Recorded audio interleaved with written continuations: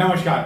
चित्तौड़ दर्शन में आज समाचार में पुनः आप सभी का स्वागत है। नजर डालते हैं आज के समाचार की ओर। आप में से बहुतों ने एक फिल्म देखी होगी जिसमें फिल्म अभिनेता गोविंदा कादर खान को बताते हैं कि यह जमीन भी उसकी, वह जमीन भी उसकी, यह जमीन भी उसकी, वह जमीन भी उसकी, जबकि ये सारी जमीनें किसकी है वह गोविंदा को भी पता नहीं, लेकिन सारी जमीनें अपनी बताकर वह कादर खान पर प्रभाव डालने का काम करता है।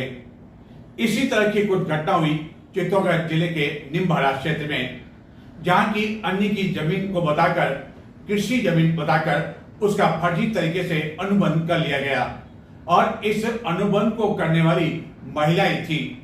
इस संबंध में गत दिनों निम्बाड़ा पुलिस थाना में मामला दर्ज हुआ था, जिसके बाद पुलिस ने जांच पड़ताल कर इस मामले में 3 महिलाओं को गिरफ्तार कर लिया, जिन्होंने न केवल कृषि जमीन का फर्जी अनुबंध तैयार किया बल्कि लाखों रुपए भी ऐंठ लिए। किसी अन्य की कृषि भूमि को अपना बताकर 5 पीड़ित व्यक्तियों से 3 फर्जी विक्रय अनुबंध करा 23 लाख रुपए से अधिक की ठगी के मामले में कोतवाली निम्बाड़ा थाना पुलिस ने षड्यंत्रकर्ता मुख्य अभियुक्ता सहित 3 महिलाओं को गिरफ्तार कर लिया। मुख्य अभियुक्ता ने अपनी ही बुआ की लड़की की जमीन को उसकी बिना जानकारी के धोखे से 3 अलग अलग पार्टी को बेचने हेतु फर्जी विक्रय अनुबंध करा 23 लाख रुपए हड़प लिए। इस प्रकरण को लेकर गत 14 मई को कोतवाली निम्बाड़ा में एक मामला दर्ज करवाया गया था, जिसमें बताया गया कि निम्बाड़ा के समीप अंबा नगर में स्थित करीब 8 बीघा कृषि भूमि को विक्रय करने के लिए लसरावन निवासी मंजू कुंवर पत्नी भैरू सिंह को दीपक व देवीलाल जाट के पास आई थी और इस रिपोर्ट में फर्जी तरीके से अनुबंध पत्र तैयार करने का आरोप लगाया गया। पुलिस द्वारा इस संबंध में मामला दर्ज कर जब जांच पड़ताल की गई तो जांच के बाद इस मामले में षड्यंत्र रचने वाली मुख्य अभियुक्ता पायरी, जो कि हाल लसरावन थाना सदर निम्बाड़ा निवासी मंजू कुंवर है, उसे गिरफ्तार कर लिया। मंजू कुंवर द्वारा ही कृषि आराजी के विक्रय अनुबंध में असली मालकिन यशोदा कंवर निवासी मिमाना के रूप में फर्जी तरीके से उसकी साथी आरोपी लसरावन निवासी गंगा देवी ज्योति ढोली का खेड़ा के साथ ही अन्य के साथ यह फर्जीवाड़ा किया गया। पुलिस इनसे पूछताछ कर रही है। इस मामले में मंजू कंवर के साथ गिरफ्तार गंगा देवी पत्नी मुकेश राय एवं ज्योति पत्नी कन्हैयालाल डोली का कहना है कि यह सब मंजू कंवर द्वारा ही किया गया था। चित्तौड़गढ़ एवं राजस्थान में गत 5 जून से वंदे गंगा जल संरक्षण अभियान चल रहा है और यह अभियान आगामी 20 जून तक जारी रहेगा। इस अभियान को लेकर चित्तौड़ दर्शन पर बताया गया था कि इस अभियान की शुरुआत चित्तौड़गढ़ नगर के मध्य से बहकर गंभीरी नदी से की जानी चाहिए, जो कि गत कई समय से प्रदूषित हो रही है, जहां का यहां गंदा पानी, कचरा आदि जमा हो रहा है। देश से ही सही, लेकिन शनिवार को इस गंभीरी नदी में इस अभियान के तहत काफी अधिक या जमा मलबा गंदगी हटाने का काम हिंदुस्तान जिंक के साथ ही अन्य लोगों की सहायता से किया गया और यही नहीं, गंभीरी पुलिया पर कई समय से जमी गंदगी और अनावश्यक कंटीली झाड़ियां आदि भी इस अभियान के दौरान हटाई गई। राजस्थान में मुख्यमंत्री भजनलाल शर्मा के निर्देशानुसार गत 5 जून से वंदे गंगा जल संरक्षण जन अभियान चलाया जा रहा है। चित्तौड़गढ़ के साथ ही पूरे राजस्थान में इस अभियान के तहत विभिन्न महत्वपूर्ण कार्यों को भी संपादित किया जा रहा है। लेकिन चित्तौड़गढ़ में जब इस अभियान का शुभारंभ हुआ तो यह लगा कि इसका शुभारंभ नगर के मध्य से बहकर गुजरने वाली गंभीरी नदी से किया जाएगा, जो गत कई समय से प्रदूषित हो रही है। लेकिन इस स्थान से इस अभियान का आगाज नहीं किया गया और जब आगाज किया गया तो उस समय क्या स्थिति थी वह चित्तौड़ दर्शन पर बताई गई थी, जिसके बाद भी इस गंभीर नदी को इस प्रदूषण से मुक्त करने के लिए कोई कदम नहीं उठाया गया। लेकिन अब देर से ही सही शनिवार को इस अभियान के तहत औद्योगिक संस्थानों, आम जन के साथ ही हिंदुस्तान जिंक के सहयोग से गंभीरी नदी में सामूहिक श्रमदान किया गया। अभियान के दौरान नदी के तटीय क्षेत्रों से कचरा, प्लास्टिक एवं अन्य अपशिष्ट हटाकर उनका उचित तरीके से निपटारा किया गया। इस दौरान गंभीरी पुलिया पर मौजूद गंदगी के साथ यहां लगी झाड़ियां आदि भी हटाने का काम किया गया। इस दौरान जेसीबी, ट्रैक्टर के साथ ही अन्य कई उपकरण भी काम में लाए गए और बड़ी बड़ी थैलियों का उपयोग कचरा हटाने के लिए किया गया। एक अभियान चलाया गया है, जन अभियान कि वंदे गंगा जल स्वच्छता अभियान एंड जल संरक्षण अभियान। तो उसके लिए हम लोग हिंदुस्तान जिंक एंड हमारा जो यहाँ का प्रशासन है वो सभी लोग यहाँ इकट्ठा हुए हैं और हम लोग नदी के ऊपर जितना भी प्लास्टिक है, कचरा है, इसको क्लीन करने के लिए और ये पूरी जन सहभागिता के साथ हम लोग काम कर रहे हैं। हम हिंदुस्तान जिंक हमेशा से इसके प्रति प्रतिबद्ध है कि जो पर्यावरण है उसका संरक्षण हो और जो भी पर्यावरण के प्रति हमारी जिम्मेदारियां हैं उसको हम निभाते रहेंगे। तो इस तरीके से आज हम ये पुनीत कार्य जो हो रहा है ये जन सहभागिता एवं हिंदुस्तान जिंक के सहयोग से आज हम लोग यहाँ कर रहे हैं। केंद्रीय नारकोटिक्स ब्यूरो चित्तौड़गढ़ की टीम द्वारा चित्तौड़गढ़ के समीप नरपत की खेड़ी पुलिया के समीप मोटरसाइकिल से 2 किलो से अधिक अफीम जब्त कर एक तस्कर को गिरफ्तार कर लिया, जो कि अवैध रूप से मोटरसाइकिल पर ले जा रहा था। हालांकि नारकोटिक्स ब्यूरो ने इस तस्कर के नाम का खुलासा नहीं किया। केंद्रीय नारकोटिक्स ब्यूरो की टीम द्वारा गत कुछ समय से ताबड़तोड़ कार्रवाई नारकोटिक्स पदार्थों की तस्करी के लेकर की जा रही है, लेकिन जब कभी कार्रवाई की जाती है तो तस्करों के नाम का खुलासा नहीं किया जाता है। आखिरकार ऐसा क्यों किया जा रहा है, यह समझ से परे है। जबकि वहीं दूसरी ओर पुलिस द्वारा जब कार्रवाई की जाती है तो तस्करों के नाम का खुलासा किया जाता है, लेकिन नारकोटिक्स ब्यूरो द्वारा इस तरह का खुलासा नहीं किया जा रहा है। बधाई दी जानी चाहिए एक ऐसे समाज को जिसने अपने समाज में व्याप्त सामाजिक कुरीतियों को दूर करने के लिए संकल्प लिया, बीड़ा उठाया। भील समाज की बैठक खडेश्वर महादेव परिसर में आयोजित की गई। इस बैठक में समाज में व्याप्त सामाजिक कुरीतियों को दूर करने के साथ ही बालिका शिक्षा पर बल दिया गया। बैठक में कई महत्वपूर्ण निर्णय लिए गए। यह भी निर्णय लिया गया कि समाज में जब कभी किसी की शादी होगी तो डीजे नहीं बजाया जाएगा और डीजे यदि बजाया जाएगा तो 11,000 रुपए का जुर्माना वसूल किया जाएगा। यह बहुत अच्छा निर्णय भील समाज द्वारा लिया गया। साधुवाद का पात्र भील समाज और इस तरह का निर्णय अन्य समाज को भी लिया जाना चाहिए। ज्यादा समय नहीं हुआ, चित्तौड़गढ़ जिले के बेगू कस्बे में एक वार्ड में गंदा पानी पीने से, दूषित पानी पीने से 70-80 लोग अस्वस्थ हो गए थे। 2 लोगों की मौत हो गई थी। इस घटना के बाद हड़कंप मच गया था और वहां कई पाइपलाइन को बदलने का काम किया गया। दरअसल कई घरों में जो पाइपलाइन जा रही थी वह गंदगी से होकर जा रही थी और गंदा पानी इस पाइपलाइन के अंदर मिला हुआ था, जिसके कारण लोग बीमार हो गए और ऐसा लगा कि इस घटना से सबक लिया जाएगा, लेकिन सबक तभी लिया जाता है जहां घटना होती है।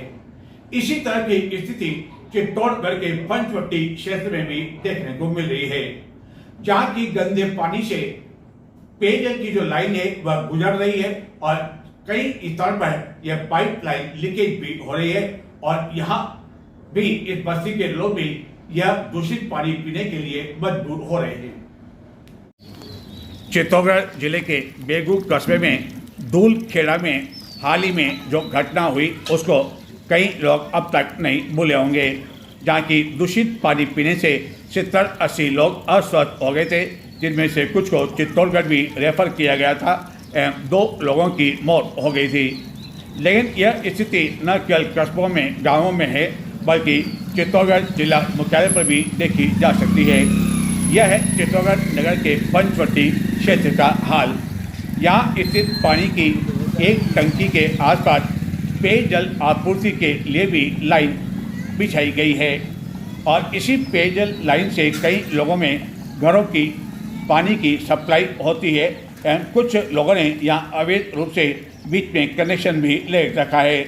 लेकिन हालत यह है कि इस यहाँ जहाँ तहाँ बड़ी मात्रा में कचरा के साथ ही जो पाइप लाइन है वह लीकेज है और इस लीकेज पानी में से न जाने कहाँ से दूषित पानी किस पाइप लाइन में जा रहा है इसकी जानकारी लोगों को नहीं है और यह जो पाइप लाइन है वह इसी कचरे एवं गंदगी के ढेर से होकर गुजर रही है और यह दूषित पानी लोग पीने के लिए मजबूर हैं, वह भी ऐसे समय में जबकि पूरे राजस्थान में वंदे गंगा जल संरक्षण अभियान चलाया जा रहा है और इस अभियान के दौरान चित्तौड़गढ़ जिला मुख्यालय का ही यह हाल है तो चित्तौड़गढ़ जिले के गांवों एवं कस्बों में क्या स्थिति होगी इसकी कल्पना तक की जा सकती है और इस तरह का दूषित पानी पीने से यदि लोग अस्वस्थ होकर चिकित्सालय पहुंचेंगे तब जाकर जिला प्रशासन एवं जलदाय विभाग को याद आएगा कि चित्तौड़गढ़ में भी इस तरह की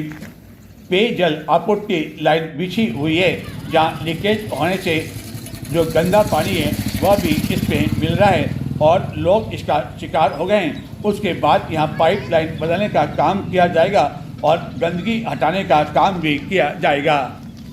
हालांकि ये कल इस क्षेत्र की स्थिति का ही हाल नहीं है बल्कि अन्य कई मोहल्लों में भी गंदगी का तो यही हाल। चित्तौड़गढ़ नगर के गोरा बादल स्टेडियम के पीछे बाईपास मार्ग पर आए दिन जाम लगना कोई नई बात नहीं है। यहाँ यातायात का इतना अधिक दबाव बढ़ गया है कि आए दिन जाम की स्थिति के कारण लोगों को काफी अधिक परेशानियों का सामना करना पड़ता है।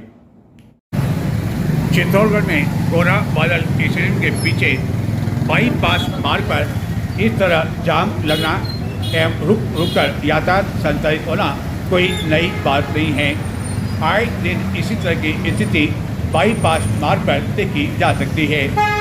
दरअसल इस मार्ग से न केवल कई वाहन बल्कि रोडवेज बसों का भी संचालन होता है एवं इसके समीप पावटा चौक पर कई वाहन खड़े रहते हैं और ख़ास तौर पर शाम के समय स्थिति यह हो जाती है कि हर समय यहाँ जाम लगा रहता है, लेकिन कोई भी पुलिसकर्मी नहीं होने की वजह से वाहन चालकों को ही अपने स्तर पर जैसे जैसे यह वाहन जब यातायात खुल जाता है तो उसके बाद यहाँ से निकलने के लिए मजबूर होना पड़ता है।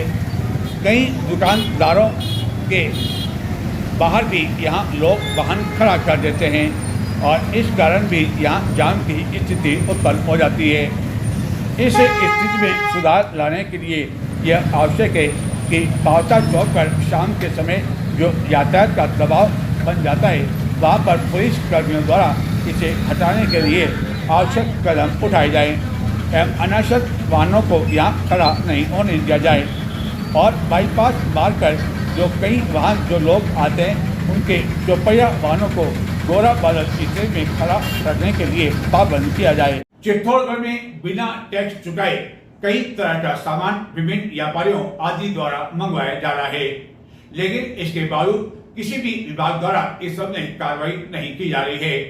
यह सामान कई तरह की निजी ट्रैवल्स के माध्यम से यहाँ आ रहा है और तड़के यह सामान आते ही व्यापारी यहाँ से लोडिंग टेम्पो से सामान अपने गोदाम या अन्य स्थान पर मंगवा लेते हैं।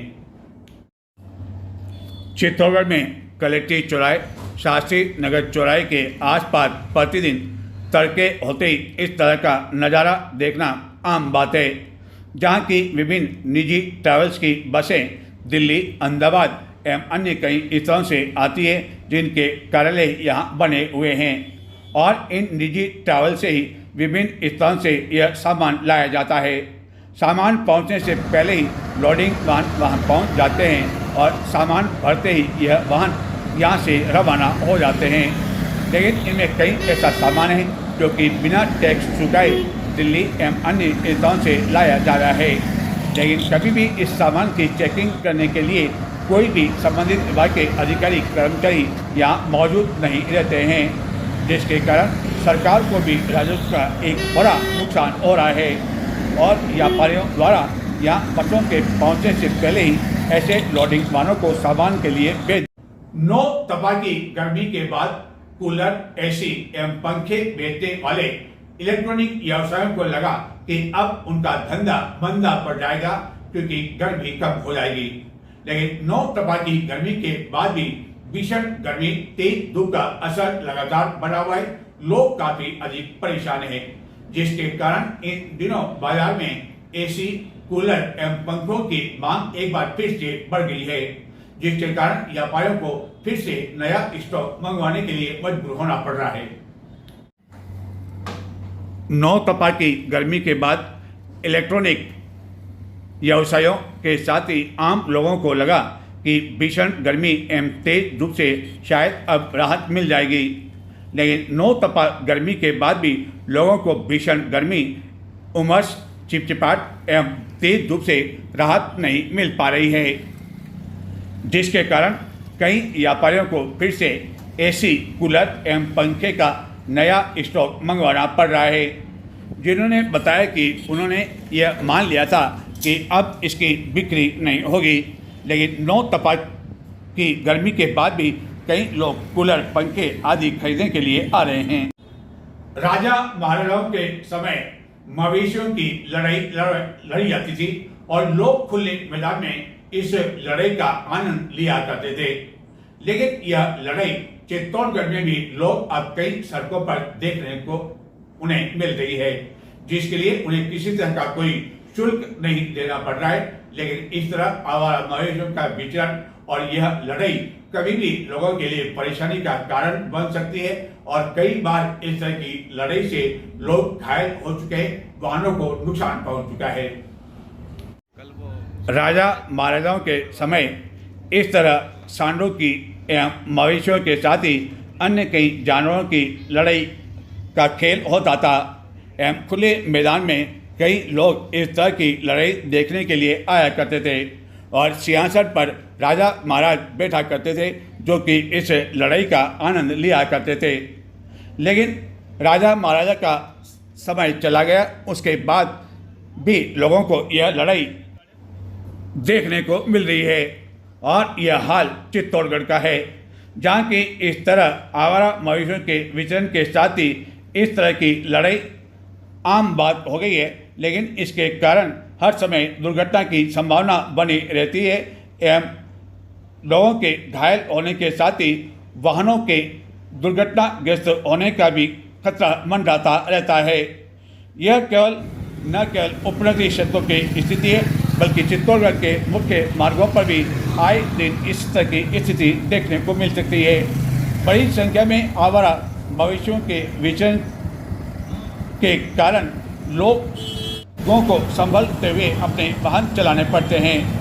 न केवल मुख्य मार्गों पर, बल्कि हालत यह है कि दुर्ग मार्ग पर भी इस तरह आवारा मवेशियों का जमावड़ा हर समय देखा जा सकता है, जहाँ से प्रतिदिन देशी एवं विदेशी पर्यटकों का आना जाना लगा रहता है और कम से कम विदेशी पर्यटक इस तरह आवारा मवेशियों को मंडराते हुए देख यहाँ से अच्छी सोच देकर तो नहीं जाते होंगे।